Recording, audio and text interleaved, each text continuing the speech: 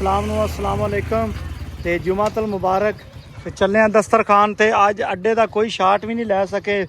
बहुत जल्दी दे सारिया चीज़ां खरीदियां ते चिकन भी लै लिया। अज नवे बर्तन भी लैने दस्तरखान वास्ते, मिसाले वगैरह, चने उबाल कितने ने अज ते उत्थे चलने जनाब, वेखने चल ते अज कैसे कैसे लिया यार। चने भी लिया श्याम भाई, वेने अज चने किवें बना देने ना, चिकन ते चने रस्ते ते जेड़े शाट आए फिर लवांगे। हाँ बच्चों आ गया करो उत्थे खाना खावन, ठीक है आ जावे। चलो जी चले हैं जनाब अल खैर दस्तरखान बुंगा याद की तरफ। तो डेली की तरह अज भी इंशाअल्लाह ताला कोशिश करांगे अच्छे तो अच्छा खाना बनाने की।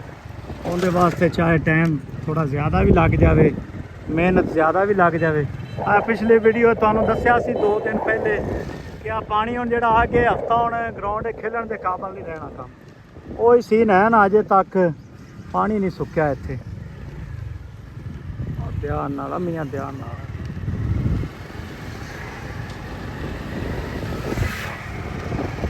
चलो जी इकबालपुर रोड अड्डा बुंगा याद, अल खैर दस्तरखान बुंगा याद। वालेकुम सलाम जी, वालेकुम सलाम। चलो माशाअल्लाह रेस्क्यू दफ्तर का तो काम शुरू हो गया। अज पानी कुछ हद तक घटिया इत्थे, बाकी इत्थे कल मेन के उत्ते रोड ते पानी आ गया सी, जिहड़ा नहर का पानी है मेन के उत्ते आ गया सी। अज थोड़ा जिहा नीचे आ गया।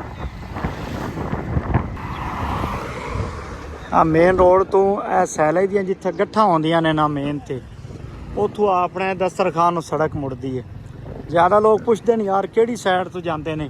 आ गट्ठा तो यार मेन निशानी है, जिथों गट्ठा है ना सैले दियां पईयां, इन्हां दे बिल्कुल नाल है सड़क जा रही सीधी।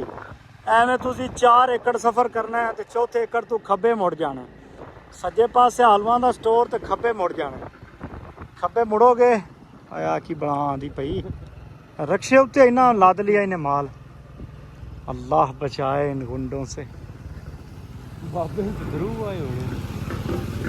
ते चौथे एकड़ ते खब्बे पासे मुड़ोगे तो सामने बाबा बुखारी शाह दरबार अल खैर दस्तर। अच्छा तो पहुँचे हैं जनाब अल खैर दस्तरखान ते काम नू करने हैं स्टार्ट।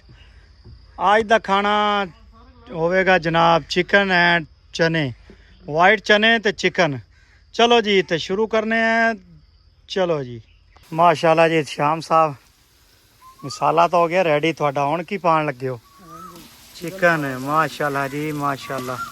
अल खैर दस्तरखान ते अज 3 मुहर्रम है ते अज श्याम साहब बना रहे हैं। तुहानू पहले भी वीडियो के स्टार्ट भी दस्या वाइट चने एंड चिकन, चिट्टे चने ते चिकन है जी गोश्त।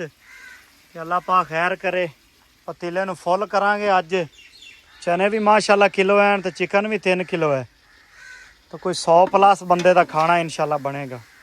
क्यों श्याम साहब 100 तो उत्थे बंदे आना है, औरतां 20-25 अलहदा, यानी कि 130-35 बंदे का खाना बन जासी।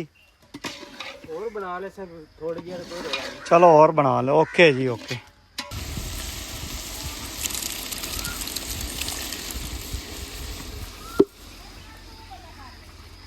माशाल्लाह जी चिकन तो बाद चने, हुण इस तो बाद मैनूं लगदा टाइम नहीं लगना, इस तो बाद हुण खाना रेडी है जी इंशाल्लाह।